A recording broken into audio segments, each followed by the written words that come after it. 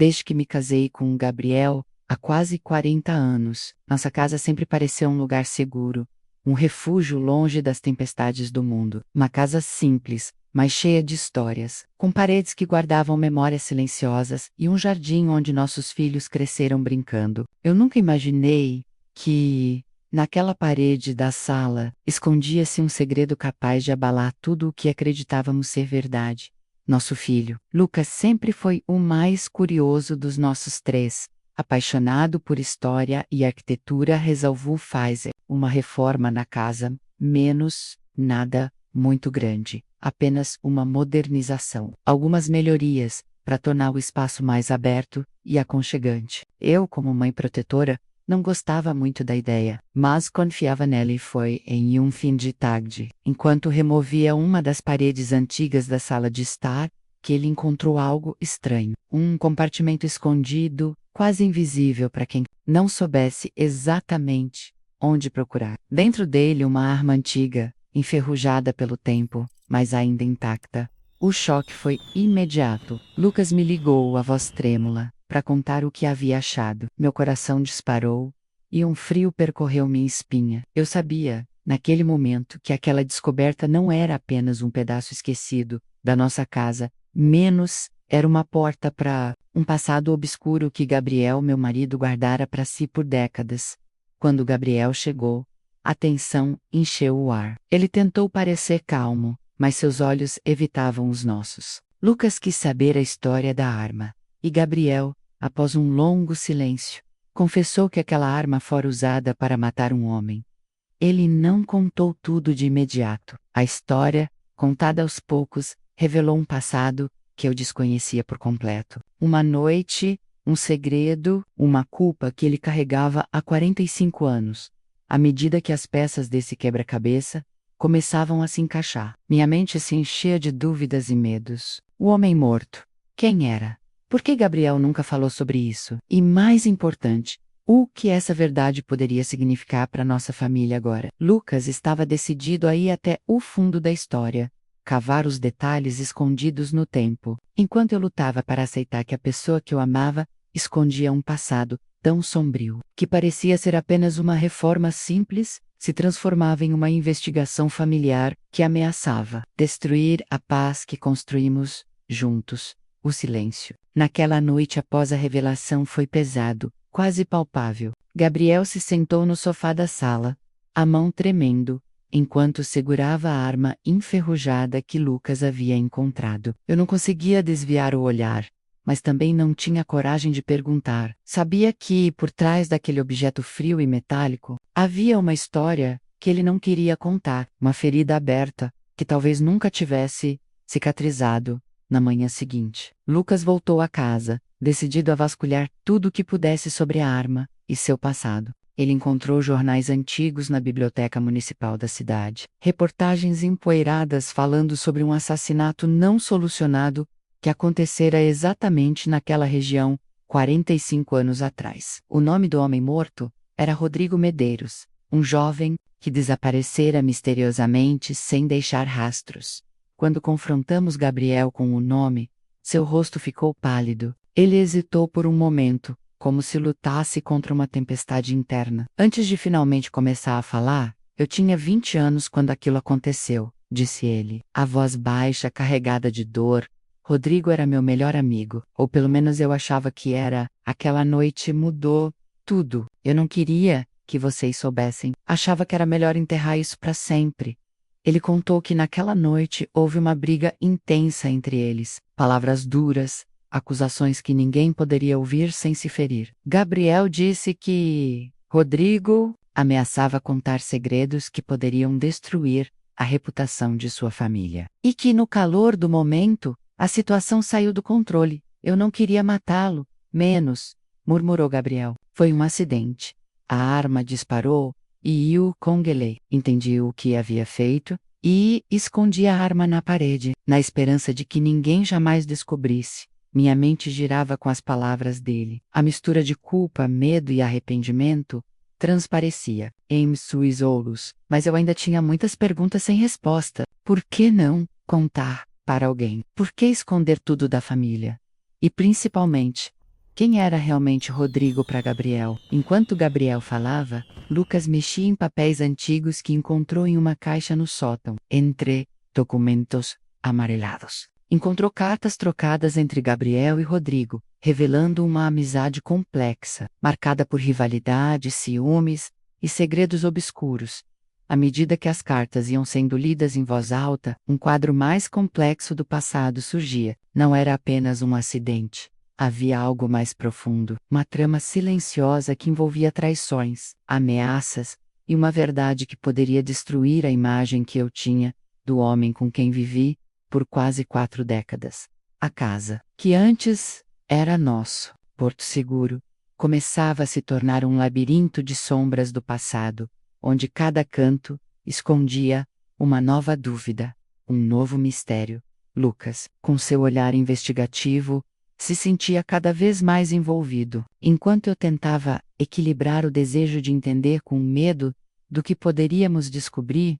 O passado de Gabriel não estava enterrado, e aquela arma na parede era só o começo. Nos dias que se seguiram, a atmosfera dentro da casa mudou. O silêncio passou a ser carregado de perguntas não ditas, olhares evitados, e uma tensão crescente que parecia impregnar cada cômodo. Eu sentia que estávamos caminhando sobre um terreno instável, onde o passado de Gabriel ameaçava ruir. A frágil estrutura que construímos, Lucas, imerso na investigação, passou a passar horas em arquivos públicos, bibliotecas e até conversando com antigos moradores da cidade, tentando juntar as peças do quebra-cabeça. Cada detalhe que ele encontrava só aumentava o mistério. Rodrigo Medeiros não era apenas um jovem qualquer. Ele tinha uma vida cheia de contradições, envolvido em negócios duvidosos e relações complicadas que ninguém imaginava. Uma noite, enquanto eu preparava o jantar, Gabriel entrou na cozinha e, pela primeira vez em semanas, tentou se abrir de maneira mais profunda. Ele falou sobre a culpa que carregava, sobre as noites sem dormir e o medo constante de que a verdade viesse à tona e destruísse sua família. Eu queria ter contado antes, disse ele, a voz embargada, mas o medo me paralisou. Tive medo de perder vocês, de perder tudo. Suas palavras me partiram o coração, mas eu sabia que o medo não justificava o silêncio. Nossa família merecia a verdade, por mais dolorosa que fosse. No entanto, a verdade parecia mais difícil de alcançar do que imaginávamos. Lucas descobriu que a investigação policial original fora encerrada de maneira abrupta, com muitas perguntas sem resposta e evidências desaparecidas. Algo estranho acontecera naquela época, algo que ia muito além de uma simples briga entre amigos. Enquanto isso, a relação entre Gabriel e Lucas começou a se tensionar. O jovem não conseguia entender como o pai pôde esconder um segredo tão pesado durante tanto tempo. Gabriel, por sua vez, se sentia pressionado, como se estivesse sendo julgado por um passado que não conseguia mudar. Eu me vi no meio desse turbilhão, tentando ser a ponte entre pai e filho, segurando as pontas para que a família não se desmoronasse, mas o que mais me assustava era a sensação de que ainda havia mais para descobrir, segredos enterrados que poderiam vir à tona a qualquer momento. Naquela noite, enquanto me deitava, não conseguia evitar pensar na arma escondida na parede, um objeto silencioso que carregava o peso de uma vida inteira, de medo e silêncio. E eu sabia que, se quiséssemos seguir em frente, teríamos que encarar a escuridão de frente. Os dias se tornaram semanas, e a tensão dentro da nossa casa parecia quase palpável, como se o ar pesado impedisse a respiração livre. Lucas continuava sua busca incansável por respostas, enquanto Gabriel se fechava cada vez mais, tentando lidar com o peso da culpa e o medo das consequências. Eu me sentia dividida, um fio entre eles, tentando impedir que o passado destruísse o nosso presente. Uma tarde, Lucas voltou com uma descoberta que mudaria tudo novamente. Entre os arquivos da delegacia, encontrou um relatório policial detalhado, com anotações que nunca haviam sido tornadas públicas. O documento revelava que Rodrigo Medeiros estava envolvido em um esquema de chantagem que afetava várias pessoas influentes na cidade. Mas o que chamou a atenção foi uma passagem que mencionava um homem desconhecido, visto na noite do crime, cuja identidade nunca fora esclarecida. Chamei Gabriel para ler o relatório comigo, e o que vi nos olhos dele foi um misto de pânico e reconhecimento. Ele não conseguia esconder o tremor na voz quando comentou: "Eu não estava sozinho naquela noite. Havia outra pessoa, alguém que ninguém conhece." Essa revelação trouxe mais dúvidas do que respostas. Quem era esse homem desconhecido? E qual era seu papel naquela noite fatídica? Lucas, cada vez mais obstinado, insistia para que Gabriel contasse tudo o que sabia, que não escondesse mais nada. Uma noite, durante um jantar tenso, Lucas decidiu confrontar Gabriel diretamente. "Pai, você precisa ser honesto com a gente. Por que escondeu isso por tanto tempo? Quem é essa outra pessoa?" Gabriel olhou para nós, os olhos marejados, e finalmente cedeu. E eu tinha medo. Medo de que a verdade destruísse tudo o que construí. Mas também havia algo mais, algo que eu nunca consegui explicar nem para mim mesmo. Ele começou a descrever uma figura sombria que apareceu naquela noite, um homem que parecia controlar tudo, manipular as situações, e cuja presença fez Gabriel agir de maneira desesperada. Annette era confusa, carregada de lembranças fragmentadas e medos antigos. Ou o que você faria se descobrisse que dormiu por 45 anos ao lado de um assassino? A arma estava ali, escondida na parede. E quando a verdade veio à tona, ninguém estava preparado. Assista até o fim e prepare-se para o desfecho mais perturbador que você já viu. Enquanto ele falava, eu percebi que estávamos lidando não apenas com um crime, mas com um segredo muito mais profundo que envolvia medo, manipulação e talvez até chantagem.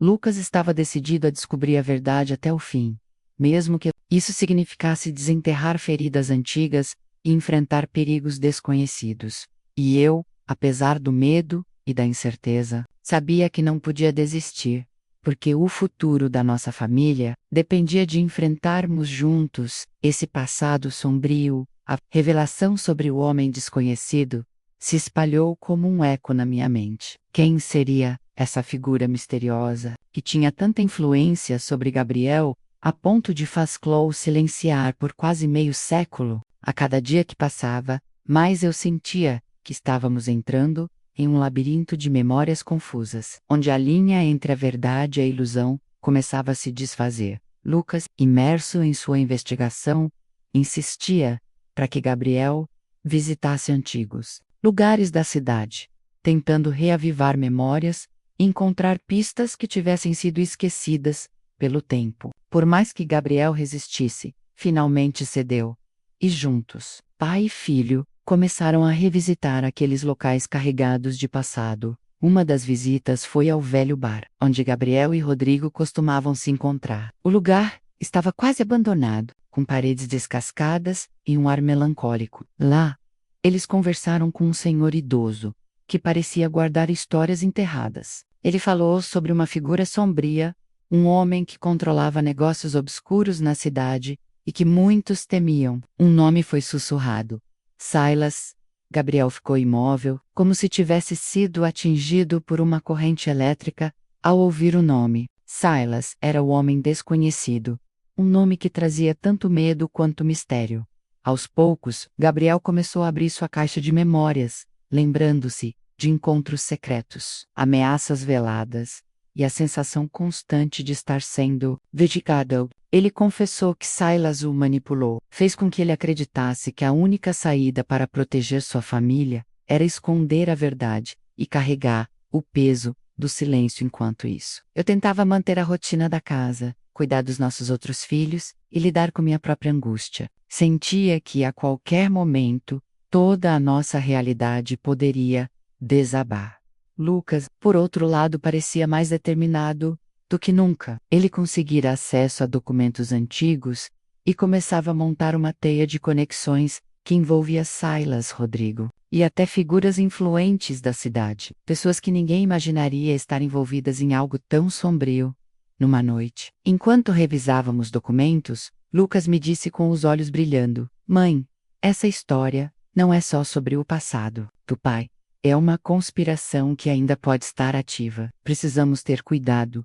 Eu sabia que ele estava certo. A arma na parede não era apenas um objeto antigo, era o portal para um segredo que ainda ameaçava nossas vidas. E no meio desse turbilhão, a pergunta que não queria calar era: até onde estávamos dispostos a ir para encontrar a verdade? O ar parecia mais pesado naquela casa. Era como se as paredes, por décadas silenciosas, agora sussurrassem segredos que nunca deveríamos ter escutado. Depois da visita ao velho bar e da descoberta do nome Silas, tudo ganhou uma nova dimensão.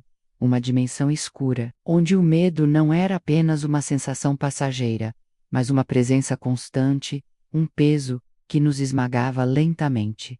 Gabriel ficou cada vez mais retraído. Seus olhos, antes tão calmos e seguros, agora carregavam sombras que nenhum dos nossos filhos havia visto antes. Era como se, a cada passo que dávamos em direção à verdade, ele se perdesse um pouco mais dentro de si mesmo, lutando contra fantasmas que ele mesmo havia alimentado por anos. Lucas, por outro lado, parecia viver numa intensidade quase obsessiva. Passava horas lendo documentos antigos, revirando caixas de arquivos, falando com pessoas que, por décadas, se mantiveram caladas ou amordaçadas pelo medo. Sua juventude, sua energia incansável, contrastavam com o desgaste visível do pai. Uma noite, enquanto eu tentava preparar o jantar, ouvi a voz tensa de Gabriel no corredor. Sara, precisamos conversar.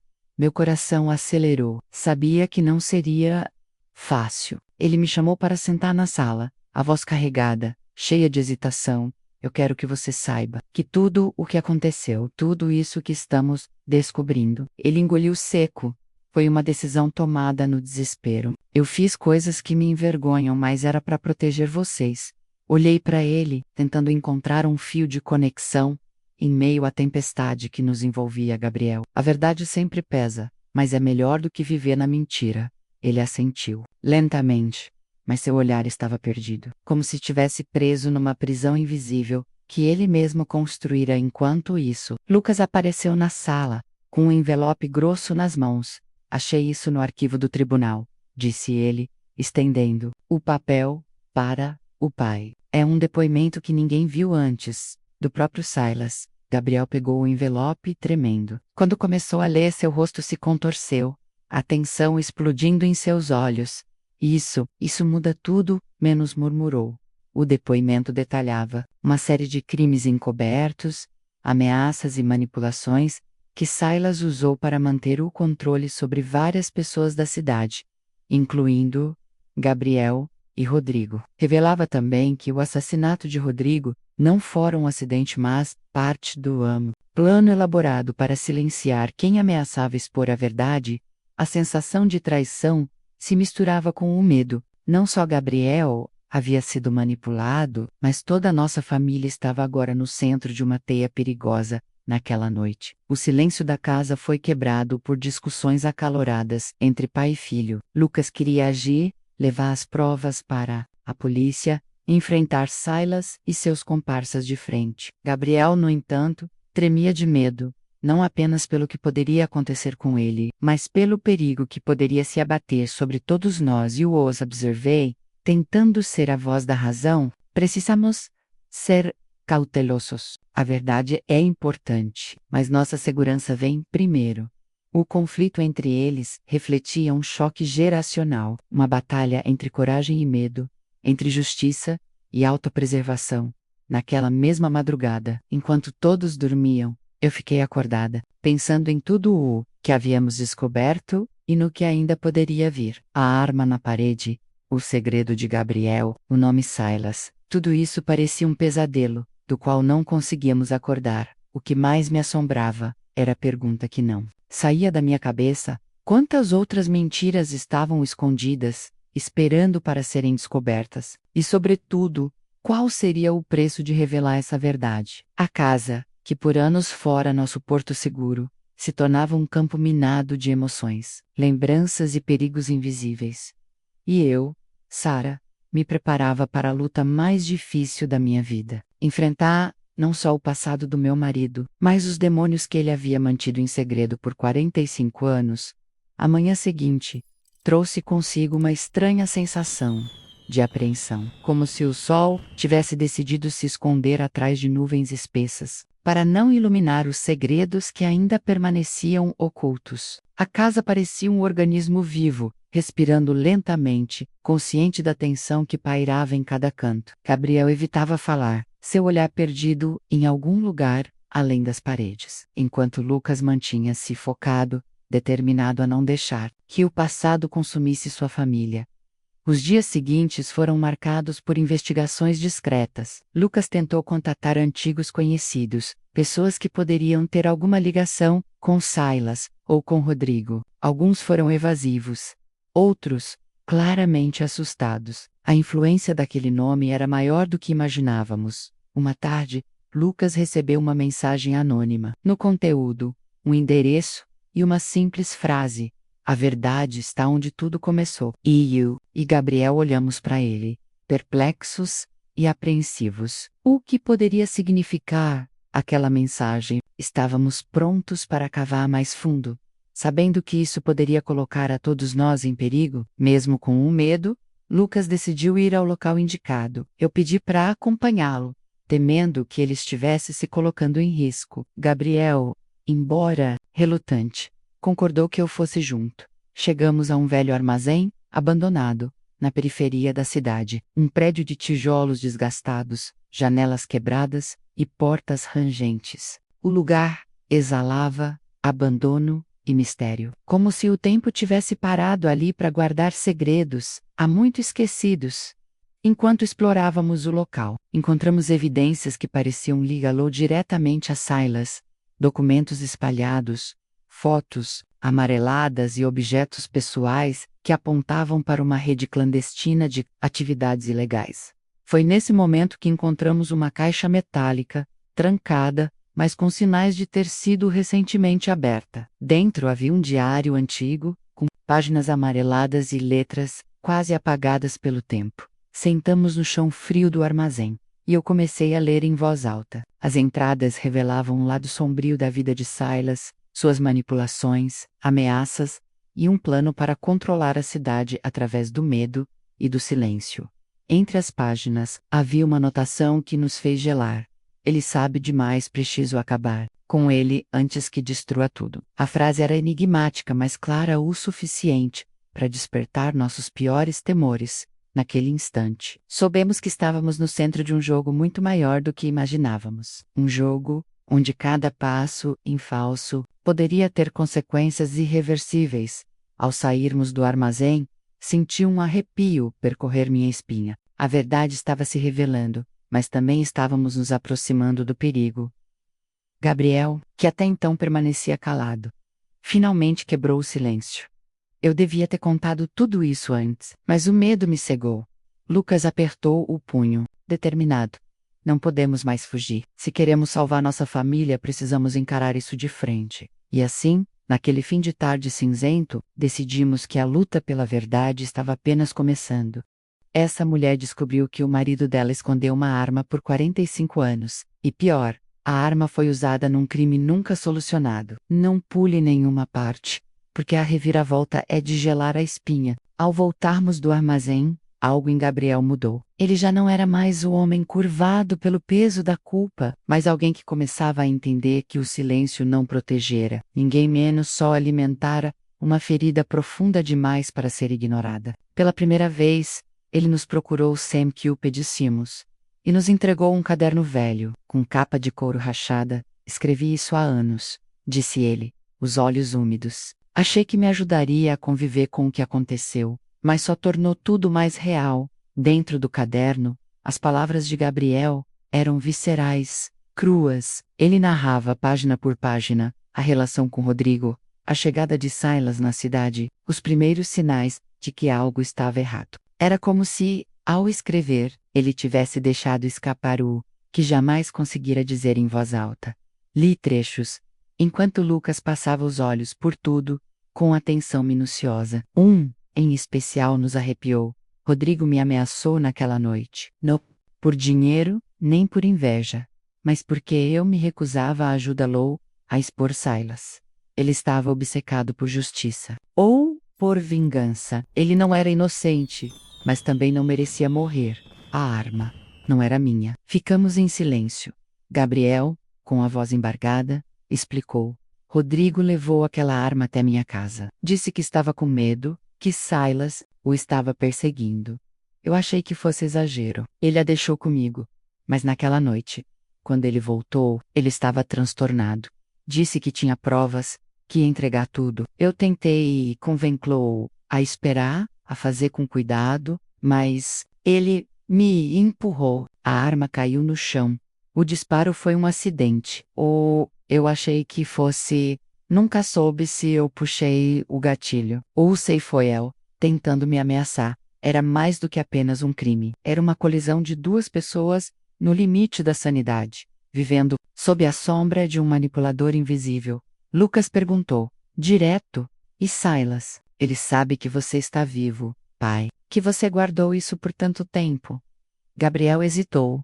Ele sumiu depois daquilo, por anos. Ouvi boatos. Que tinha fugido. Que estava morto. Mas uma parte de mim sempre soube. Ele estava apenas esperando.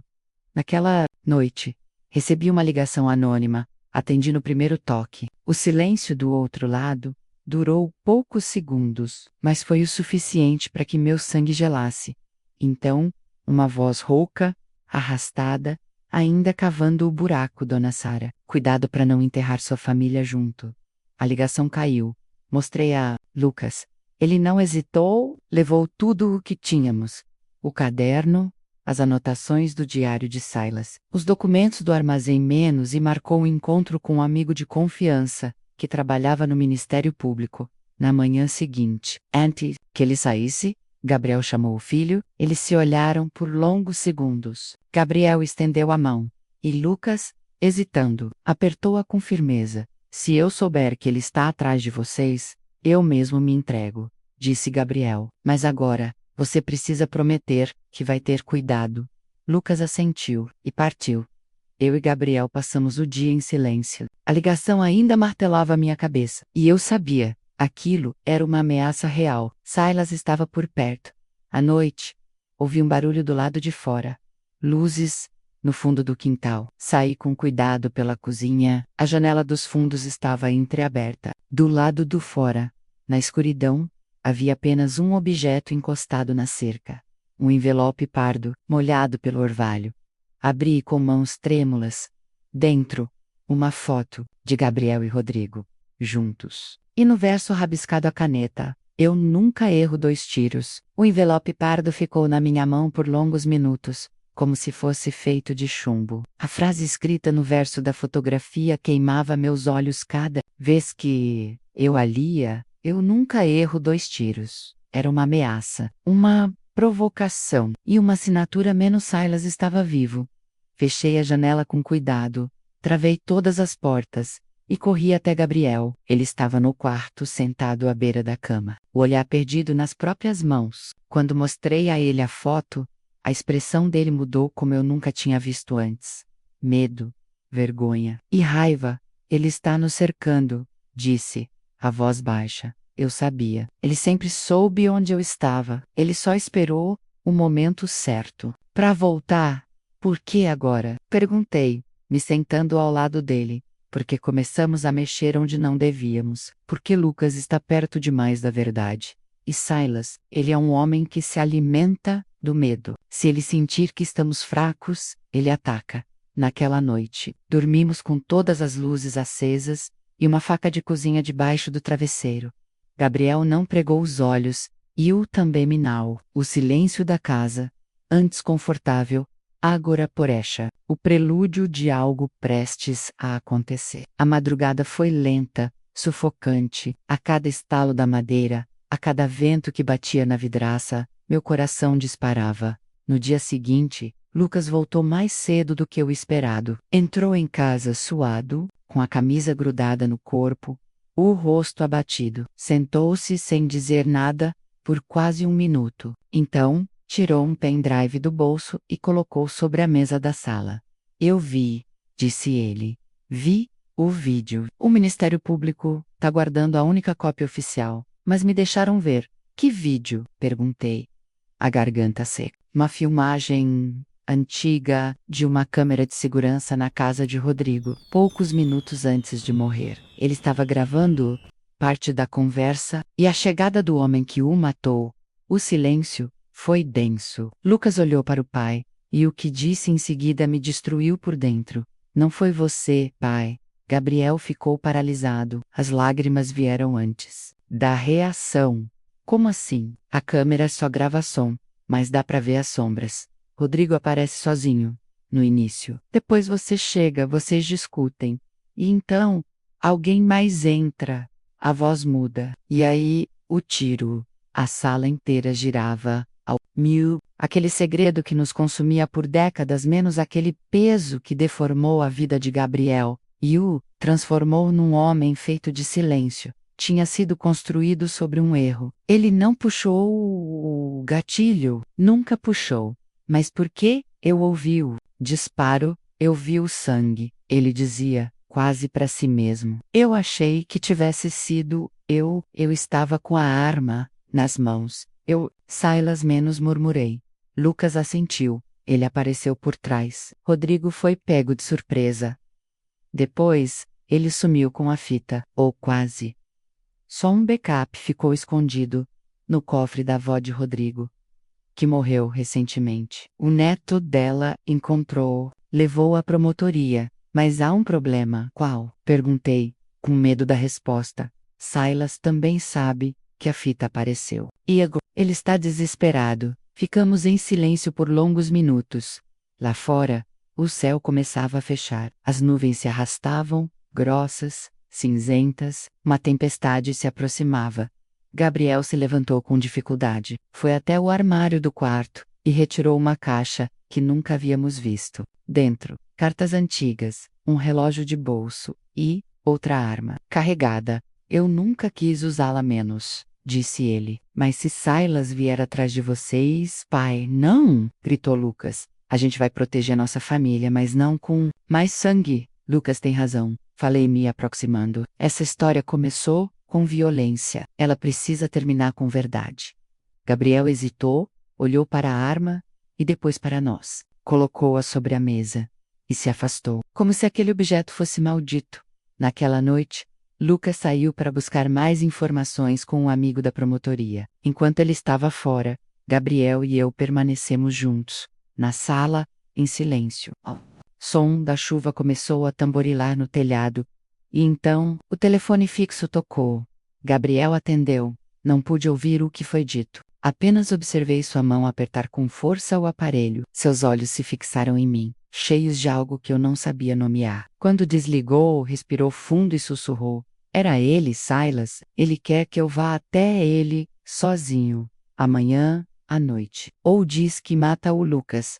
Corri até meu celular. Liguei para Lucas. Nenhuma resposta. Mais uma vez, nada. Na terceira tentativa, uma voz atendeu. Não era de Lucas, era Silas. Vocês mexeram demais, disse ele. Mas agora, vamos ver até onde vão para salvar o único inocente dessa história. Ligação caiu. Gabriel ficou imóvel. Eu vou, disse. Não vai a lugar nenhum sem mim menos. Respondi. O passado que tentamos enterrar por 45 anos estava de volta. E agora, ele tinha um nome, um rosto, uma arma. E o nosso filho, no dia do julgamento, o céu amanheceu cinzento, como se também estivesse em luto por tudo que havíamos perdido, ou prestes a perder. Gabriel se sentou diante do tribunal com a postura curvada, como se os anos de segredos e remorso finalmente tivessem despencado sobre seus ombros, com o peso de um século. Não havia jornalistas, nada do alar, apenas um pequeno grupo de pessoas,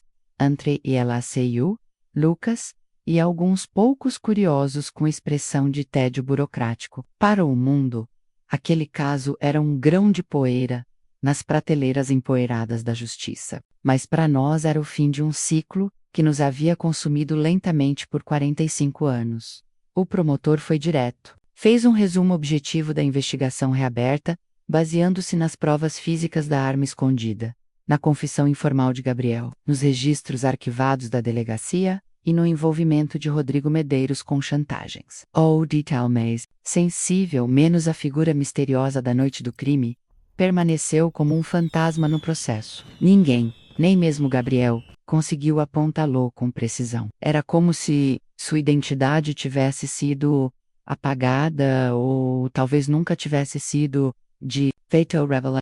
Por trás de uma parede falsa, um segredo que destruiu uma família inteira, uma arma, um crime e um passado que ninguém imaginava. Você só vai entender tudo quando chegar no último minuto. Lucas depôs com calma, olhos firmes, voz decidida. Ele não tentou inocentar o pai, mas também não o acusou. Falou de como cresceu em uma casa onde o silêncio era uma muralha, de como uma arma escondida na parede da sala mudou tudo que ele pensava sobre o homem que o criou. O juiz ouvia em silêncio, anotando pausadamente com sua caneta de tinta azul, como se cada palavra fosse um golpe no tempo. Eu também falei, mas poucas palavras. Confessei não saber quem era meu marido, mas disse acreditar que o homem que cometeu o crime e o homem que me amou por mais de 4 décadas não eram o mesmo. Um deles havia morrido em silêncio, e o outro, que estava diante do tribunal, era só o que restava depois de uma vida inteira de culpa.